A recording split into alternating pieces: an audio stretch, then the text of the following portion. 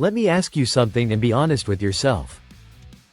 When a new trend explodes, a viral challenge, a fashion wave, a new app everyone suddenly can't live without, do you feel excited? Or do you feel nothing?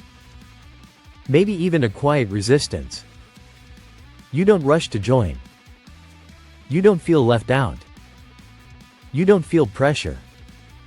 You just watch it pass like noise that doesn't belong to you. If that sounds familiar, this video is for you.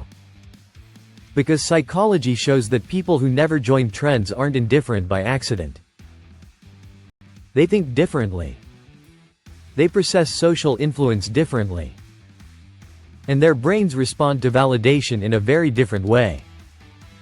Today on Philosya, we're breaking down the psychology of people who resist trends, why they don't chase hype, why social pressure doesn't work on them the same way, and why they often appear confident, detached, or emotionally unaffected by what everyone else is doing. Let's go deeper. Section 1. What trends really are psychologically? Psychologically speaking, trends are not about taste. They're about belonging.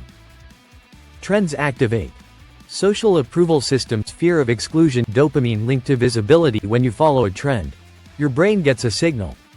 I'm part of something. I'm seen. I'm aligned with the group. For most people, this feels rewarding. But for people who never join trends, that reward system doesn't fire the same way. Section 2. Low need for social approval. One of the strongest traits in trend-resistant people is a low need for external validation. Their self-worth is internally regulated. They don't ask, will this make me accepted? They ask, does this make sense to me? Psychology links this to strong internal locus of control, identity, clarity, emotional self-sufficiency. Approval doesn't drive them, alignment does. Section 3. Independent thinking and cognitive autonomy. People who don't follow trends tend to think independently, not reactively. Instead of absorbing social signals automatically, they pause. They observe. They evaluate. They decide or don't. This cognitive autonomy means less susceptibility to groupthink, lower emotional contagion, reduced impulsive behavior. They don't reject trends loudly. They simply don't feel pulled by them. Section 4. Dopamine works differently. Trends are dopamine machines.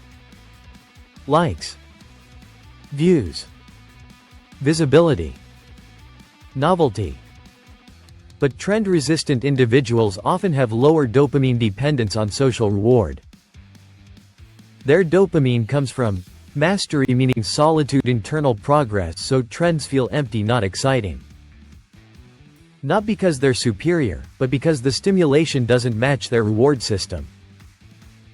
Section 5. Identity is already formed. Many people use trends to build identity. But people who don't follow trends often already have one. Their identity isn't under construction. They don't need external signals to answer. Who am I? Psychology shows that identity clarity reduces conformity pressure. When you know who you are, you don't need to borrow visibility from trends. Section 6. Emotional detachment versus emotional regulation. From the outside, trend-resistant people may seem detached, unbothered, emotionally distant, but this is often emotional regulation, not apathy. They don't react emotionally to social noise. They choose where to invest attention. Attention, to them, is valuable. And trends rarely earn it. Section 7. Nonconformity isn't always loud. When people hear nonconformist, they imagine rebellion. But most trend-resistant people aren't rebels. They don't fight trends. They don't criticize people who follow them. They simply live parallel to them. This quiet nonconformity requires confidence because it means being okay without constant social mirroring.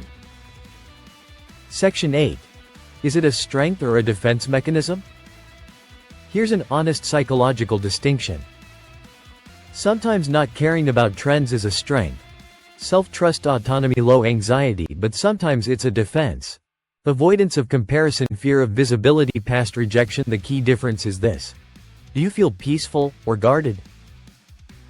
Psychology doesn't judge either, it seeks awareness. Section 9. Why trend-resistant people feel misunderstood. People who don't join trends are often labeled out of touch, too serious, boring, detached.